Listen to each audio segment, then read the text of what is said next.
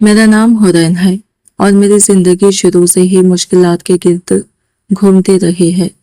میرے گھر کی حالات بہت عام تھی، مگر جو چیز ہمیں سب سے زیادہ توڑ رہی تھی وہ میری امی کی بیماری تھی۔ ہر دن ایک نیا مسئلہ لے کر آتا، کبھی دوائی ختم ہو جاتی تو کبھی ہاسپٹل کا بل بڑھ جاتا۔ میں نے ہر ممکن کوشش کی کہ کہیں سے مدد مل جائے، مگر دنیا نے ہمیشہ میری مجبوری کو نظر انداز کیا۔ آخر کار ایک وقت ایسا آیا جب میرے پاس کوئی راستہ نہیں بچا تھا، بس ایک آخری امید تھی جسے میں نے چاہے دل سے نہیں مگر مجبوری سے قبول کیا۔ اسی دوران میری ملاقات اسد سے ہوئی، جو ایک بہت بڑا بزنس مین تھا۔ وہ ایک ایسا انسان تھا جس کے چہرے پر احساس کم اور سردی زیادہ تھی۔ اس کی آنکھوں میں ہمیشہ ایک فاصلے کی دیوار تھی جسے کوئی آسانی سے نہیں توڑ سکتا تھا۔ میں اس کے آفس گئی تھی صرف ایک درخواست لے کر کہ میری امی کی زندگی بچا لی جائے، مگر وہاں مجھے اندازہ نہیں تھا کہ میری زندگی کا سب سے بڑا موڑ وہی ملاقات بننے والی ہے۔ اسد نے مجھے بہت دیر تک دیکھا، جیسے وہ میرے اندر کچھ تلاش کر رہا ہو۔ پھر اس نے صرف ایک سوال کیا کہ میں اپنی حد تک کیا کر سکتی ہوں۔ میں نے کانپتی ہوئی آواز میں کہا کہ میں اپنی ماں کے لیے سب کچھ کر سکتی ہوں۔ اسی لمحے اس نے میرے سامنے ایک فائل رکھ دی اور کہا کہ وہ یہ کانٹریکٹ میرج چاہتا ہے، صرف 6 ماہ کا رشتہ جس میں اس کی بیوی بن کر رہوں گی اور بدلے میں وہ میری ماں کا مکمل علاج کروائے گا۔ اس لمحے میرے سامنے صرف ایک چیز تھی اور وہ میری امی کی سانسیں تھی، اس لیے میں نے بغیر زیادہ سوچے دستخط کر دیے۔ یہ وہ فیصلہ تھا جس نے میری پوری زندگی بدل دی۔ شادی بہت سادگی سے ہوئی، نہ خوشیاں تھی نہ محبت، بس ایک خاموش سودا تھا جسے دنیا نے رشتہ کہہ دیا۔ اسد نے سب کے سامنے مجھے اپنی بیوی تو کہا، مگر اس کی آنکھوں میں میرے لیے کوئی جگہ نہیں تھی۔ جیسے ہی ہم گھر پہنچے اس نے صاف کہہ دیا کہ یہ رشتہ صرف ایک کانٹریکٹ ہے اور اس میں جذبات کی کوئی گنجائش نہیں۔ میں نے خاموشی سے سر جھکا لیا کیونکہ میں پہلے ہی اپنے اندر کی لڑائی ہار چکی تھی۔ اس کے گھر میں میری حیثیت ایک بیوی کی نہیں بلکہ ایک ذمہ داری کی تھی۔ اسد رات دیر سے آتا اور صبح بغیر دیکھے چلا جاتا۔ اس کے رویے میں ہمیشہ سردی تھی، مگر میں نے خود کو سنبھالا اور خاموشی سے گھر کے کام سنبھال لیے۔ میں نے اس کے چھوٹے بھائی کی پڑھائی دیکھی، اس کی دادی کی دیکھ بھال کی اور گھر کے ہر کونے کو اپنے ہاتھوں سے سنوارا۔ کوئی مجھے نہیں دیکھ رہا تھا، مگر میں پھر بھی سب کچھ کر رہی تھی کیونکہ میرے اندر ایک ہی مقصد تھا کہ میری ماں ٹھیک ہو جائے۔ گھر کی دادی نے مجھے پہلی بار احساس دلایا کہ شاید میں صرف ایک مجبوری نہیں بلکہ ایک انسان ہوں۔ وہ اکثر میرا ہاتھ پکڑ کر کہتی کہ میں اس گھر کی قسمت بدل سکتی ہوں۔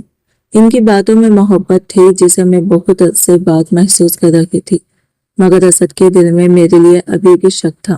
اسے لگتا تھا کہ میں صرف پیسوں کے لیے آئی ہوں، اور اس کا یہ شک میرے دل پر ہر روز ایک نیا زخم چھوڑتا تھا۔ وقت گزرتا گیا اور میں اس کے گھر میں رہتے ہوئے آہستہ آہستہ مضبوط ہونے لگی، مگر اسد اور میرے درمیان فاصلے کم ہونے کے بجائے بڑھتے جا رہے تھے۔ وہ مجھے اکثر نظر انداز کرتا اور میری خاموشی کو میری کمزوری سمجھتا تھا، مگر حقیقت یہ تھی کہ میری خاموشی ہی میری سب سے بڑی طاقت بن رہی تھی۔ وقت گزرتا رہا، مگر اسد اور میرے درمیان دوری کم ہونے کے بجائے اور بڑھتی جا رہی تھی۔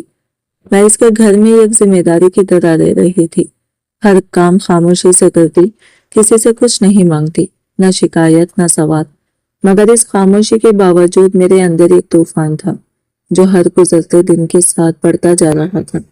اسد کا رویہ میرے لیے ہمیشہ ایک سوال بنا رہا۔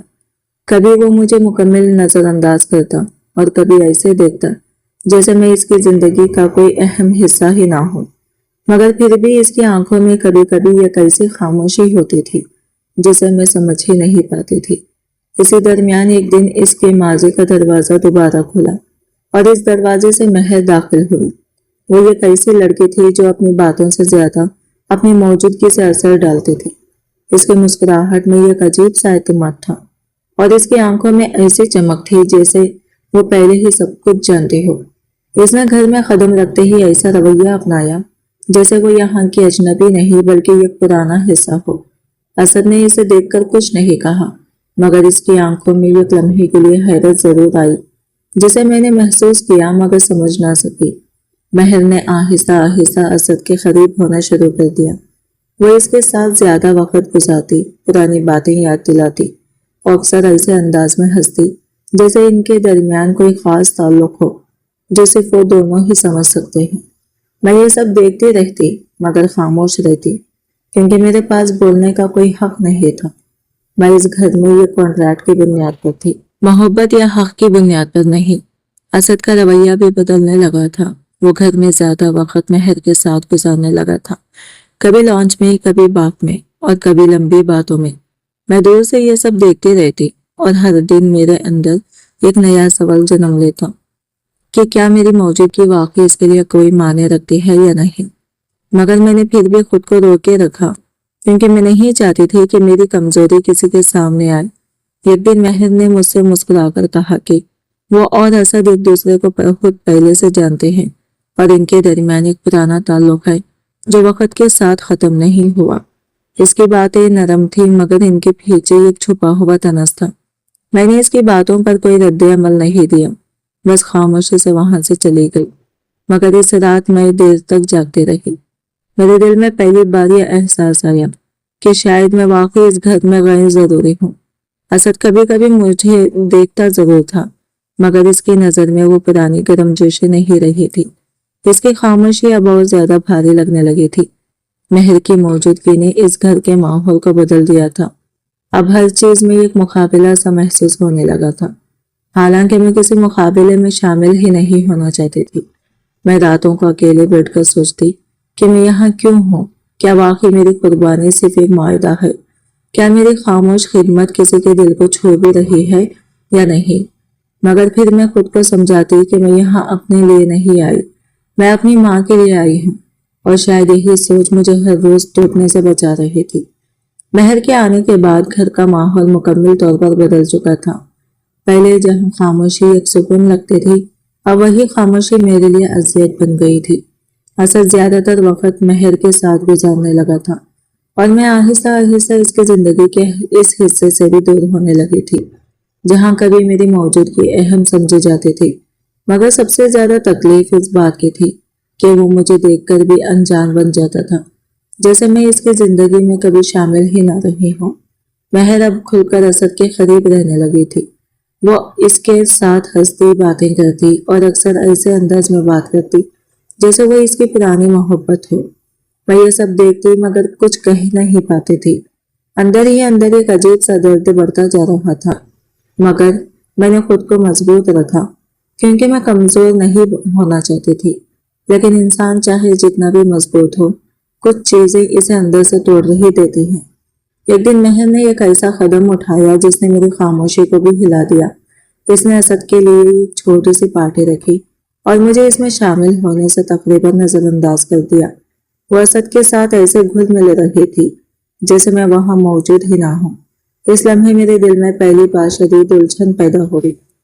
کیا واقعی یہ سب اتفاق ہے یا کوئی سوچا سمجھا کھیل؟ اسی رات ایک عجیب واقعہ ہوا۔ اسد پارٹی سے واپس آیا تو تھوڑا عجیب حالت میں تھا۔ اس کی آنکھیں بھاری تھی اور وہ خود پر قابو نہیں رکھ پا رہا تھا۔ مہر اس کے ساتھ ہی آئی تھی اور بار بار یہی کہہ رہی تھی کہ اس نے بس تھوڑا سا ڈرنک کیا ہے۔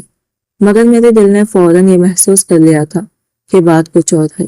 میں نے اسد کو سنبھالنے کی کوشش کی مگر وہ مکمل ہوش میں نہیں تھا۔ مہر مسلسل میرے قریب آ کر ایسے بات کر رہی تھی جیسے سب کچھ نارمل ہو، مگر اس کی آنکھوں میں ایک عجیب سی چمک تھی جیسے وہ کسی کامیابی کا جشن منا رہی ہو۔ اس لمحے میرے اندر شک نے جنم لیا مگر میں خاموش رہی۔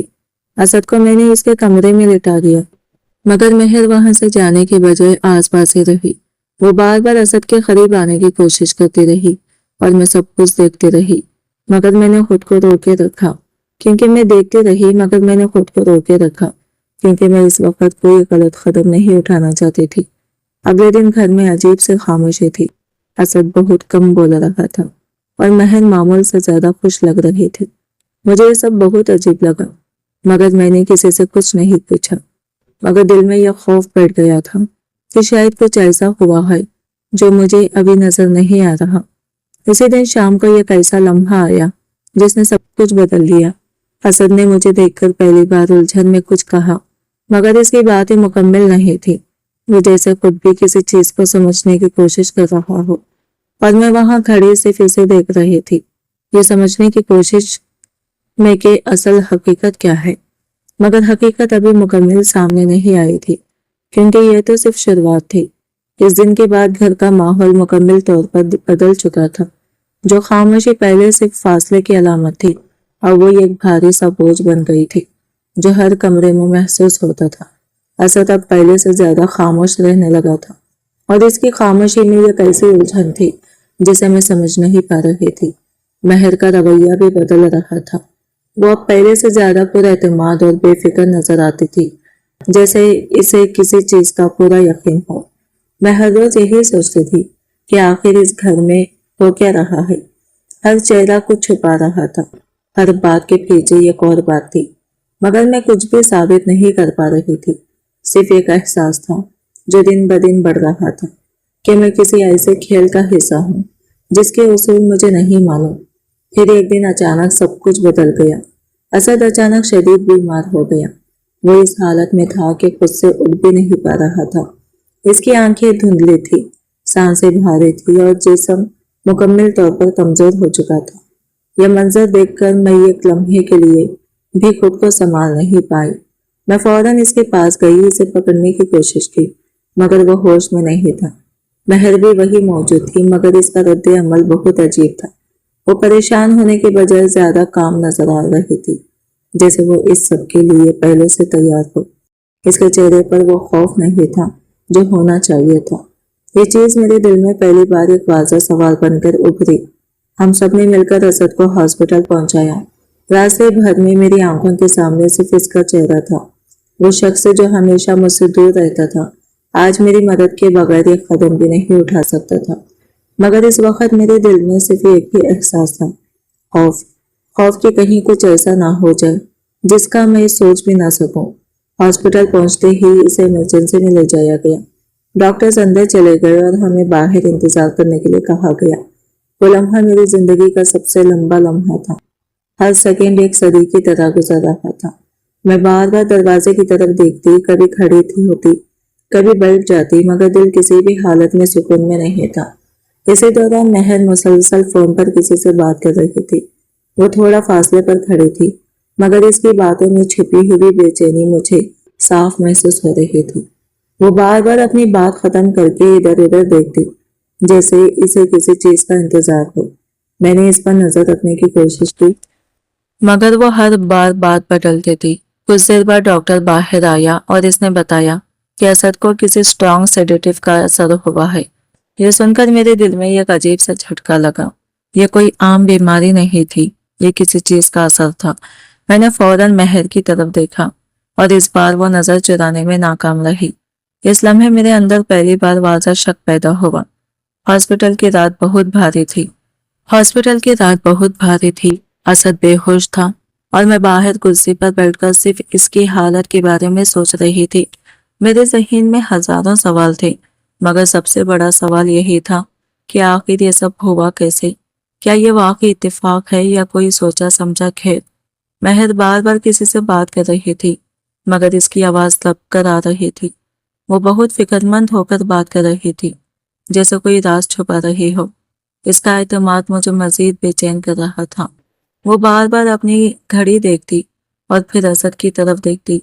اس رات پہلی بار میرے دل میں یہ خوف کے ساتھ ساتھ ایک اور احساس بھی آیا کہ شاید میں جس شخص کو صرف ایک معاہدے والا شوہر سمجھ رہی تھی، وہ میری زندگی کا سب سے بڑا سوال بن چکا تھا۔ اگلے دن جب اسد کو تھوڑی ہوش آئی، اس نے سب سے پہلے مجھے دیکھا۔ اس کی آنکھوں میں الجھن تھی اور آواز کمزور۔ اس نے آہستہ سے پوچھا، یہ سب کیا ہوا ہے؟ مگر اس سوال کا جواب کسی کے پاس نہیں تھا، یا شاید سب کے پاس تھا، مگر کوئی کہنا نہیں چاہتا تھا۔ مہر خاموش کھڑی تھی، میں خاموش تھی، اور پورا ماحول خاموشی سے بھرا ہوا تھا۔ اسی لمحے مجھے یہ احساس ہوا کہ یہ کہانی اب صرف ایک شادی کی نہیں رہی، یہ ایک ایسے راز کی کہانی بن چکی ہے جو آہستہ آہستہ سب کچھ بدلنے والا ہے۔ ہاسپٹل کی وہ رات میری زندگی کا سب سے بھاری اور سب سے الجھا ہوا لمحہ تھی۔ اسد ابھی بھی مکمل طور پر ہوش میں نہیں آیا تھا، مگر آہستہ آہستہ اس کی آنکھیں کھل رہی تھی۔ اس کے چہرے پر کمزوری تھی، سانسیں ابھی بھی بے ترتیب تھی، اور وہ خود بھی سمجھنے کی کوشش کر رہا تھا کہ آخر اس کے ساتھ ہوا کیا ہے۔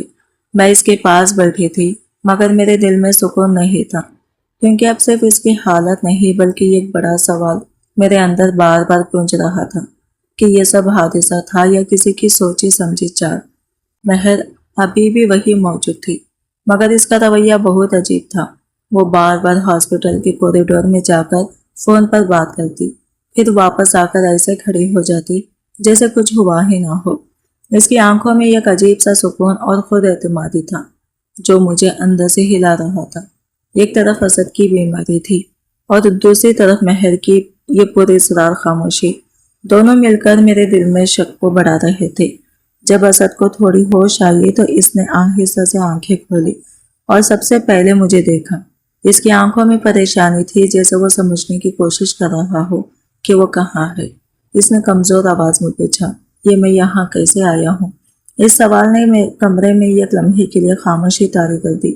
میں کچھ کہنے ہی والی تھی کہ مہر فوراً آگے آئی اور بہت نرم لہجے میں بولی، آپ کا اچانک طبیعت خراب ہو گئی تھی، ہم فوراً آپ کو ہاسپٹل لے آئے۔ اس کی بات بہت نرم تھی، بہت منصوبہ مند تھی، جیسے وہ پہلے سے تیار ہو، مگر اس کے چہرے کی بے چینی اس کی باتوں کو جھوٹا بنا رہے تھے۔ اس لمحے میرے دل میں پہلی بار واضح شک نے جنم لیا کہ شاید یہ سب اتنا سادہ نہیں جتنا دکھایا جا رہا ہے۔ اسد نے میری طرف دیکھا جیسے وہ میرا جواب کا انتظار کر رہا ہو، مگر میں بھی ابھی مکمل یقین میں نہیں تھا۔ اسی دوران ڈاکٹر کمرے میں آیا اور اس نے رپورٹس دیکھتے ہوئے بتایا کہ اسد کے جسم میں کسی طاقتور دوا کے اثرات پائے گئے ہیں۔ یہ سن کر کمرے کا ماحول ایک دم بدل گیا۔ یہ کوئی عام بیماری نہیں تھی، یہ کسی چیز کا اثر تھا۔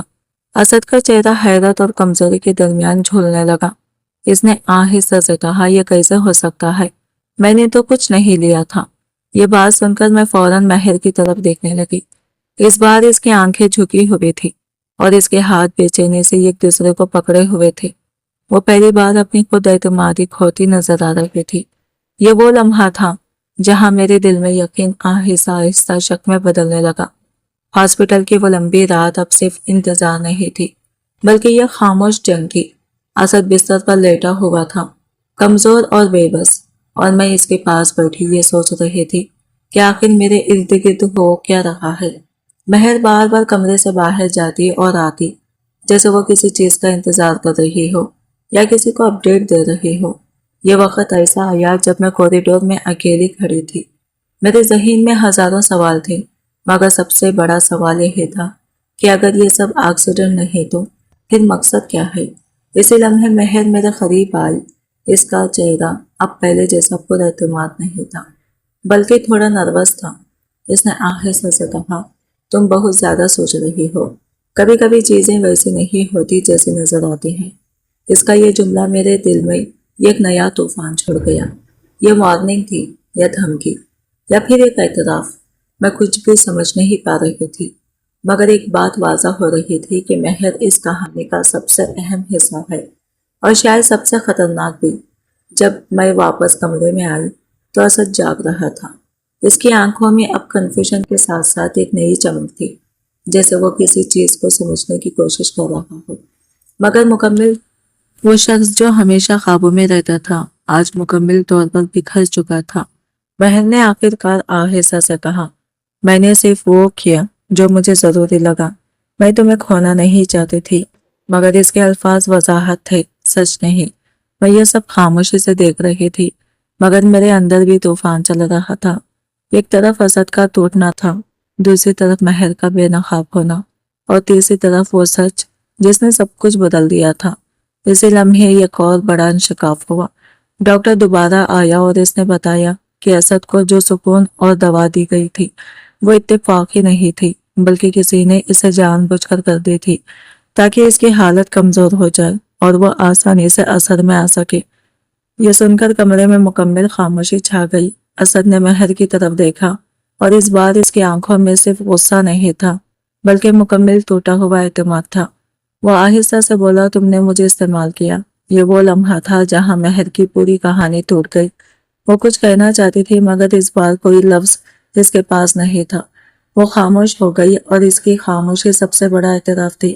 میں نے اسد کی طرف دیکھا، وہ ٹوٹ چکا تھا، اس کے ہاتھ کانپ رہے تھے، آنکھوں میں آنسو تھے اور دل میں صرف ایک سوال تھا کہ میں نے کسی پر بھروسہ کیا، مگر اسی ٹوٹے ہوئے لمحے میں ایک اور حقیقت بھی سامنے آنے والی تھی جس کا کسی کو اندازہ نہیں تھا۔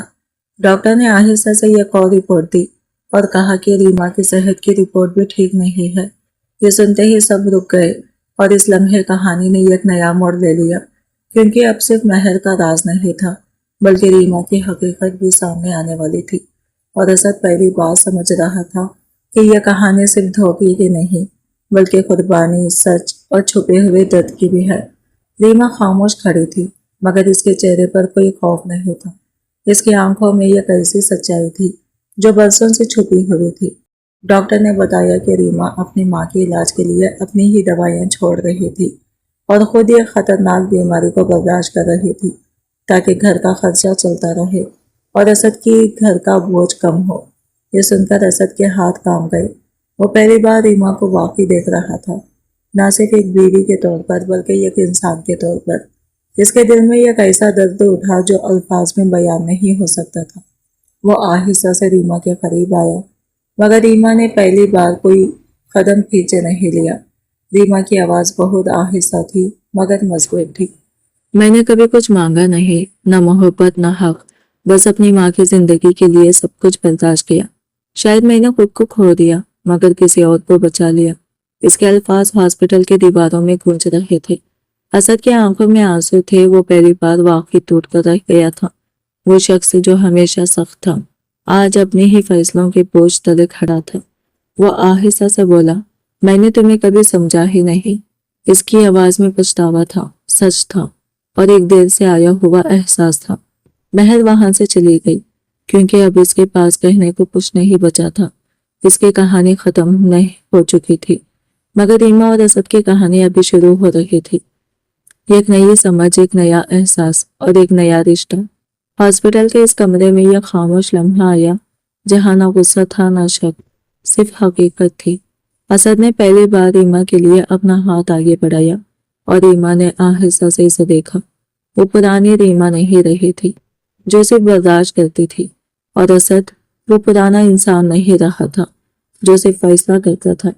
دونوں نے سمجھ لیا تھا کہ محبت صرف پانے کا نام نہیں بلکہ سمجھنے اور بدلنے کا نام ہے، اور کبھی کبھی ٹوٹا ہوا رشتہ بھی دوبارہ جڑ سکتا ہے اگر سچ اور احساس باقی ہو۔ وہ دن ان دونوں کے لیے اختتام نہیں تھا بلکہ ایک نئے آغاز کا پہلا صفحہ تھا۔